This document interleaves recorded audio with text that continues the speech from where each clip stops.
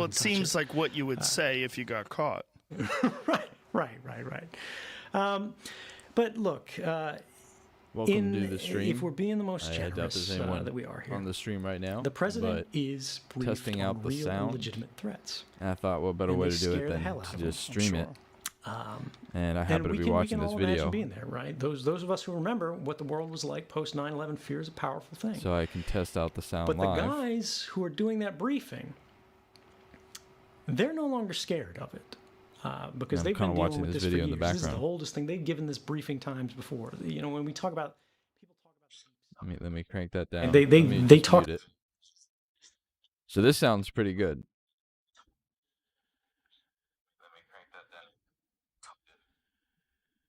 This sounds pretty clear, and what I'm using is the NVIDIA RTX.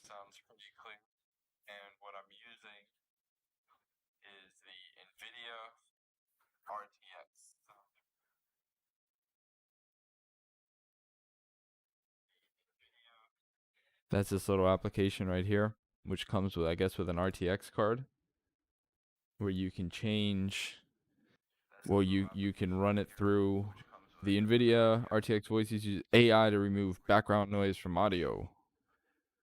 To enable RTX voice, configure your settings below, then select NVIDIA RTX voice in the app's microphone speaker. So I connected this microphone, I guess this microphone you see through the camera. And then this is what the mic sounds without it. I'm changing that in there. So this is without the AI. I got the NVIDIA RTX voice using AI to remove background noise from audio. I got the NVIDIA RTX voice using AI to remove background noise from audio. Is there sound? There's like a lot of noise. Why is there so much noise? And that's the only sound that I have coming out. So if I change it back to the RTX.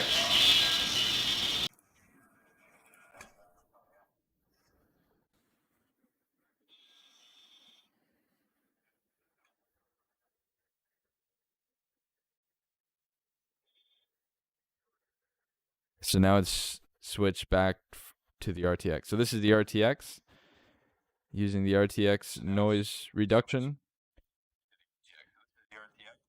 And then this is without the RTX. This is just straight. And then noise reduction. This is without the RTX. This is just straight. And then noise reduction. This is without the RTX. This is just straight.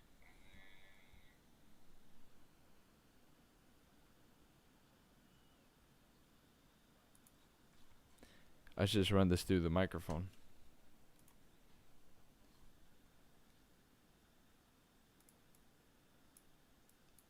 Traveled or studied broadly, just how exceptional the American presidency is. Most countries don't have a single individual with this level of power. It's really only the superstates, and that may be by design. Perhaps that's why they're superstates.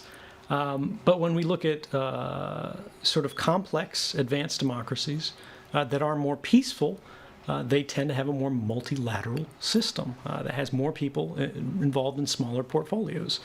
And a lot of this derives from just the size of the government. Like you said, you know, the president is responsible for basically everything in the executive branch, and the executive branch is basically every agency that actually does any work.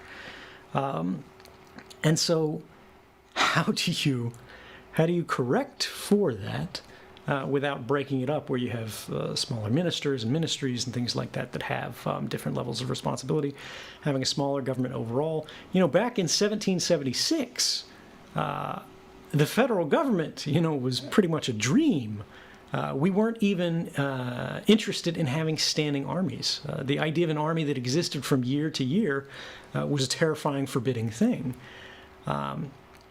And then when you moved to this idea that we have a president, that they have these extraordinary powers. It's okay because the government's very small. The federal government especially is seen as sort of this small and toothless and weak thing. Can you pause for 1 second? This span, pause for 1 please, second, because my AirPods are about to die, and I'm going to swap over to another pair. These suckers are good for a couple hours, but we're 2 hours and 15 minutes here. We'll have a little bit of a weird audio issue with the last half of it, but Jamie will take care of it. I wanted to talk about you, like where you are right now in your life and how you're handling this, because you've been in exile for how many years now? It's been more than 6 years. 6 now. 6 June years. of 2013. Yeah, I mean, well, actually, I left May. So what is life like? I mean, are you in constant hiding? I mean, what are the issues like? In the beginning, my operational security level, as we would call it, was very high.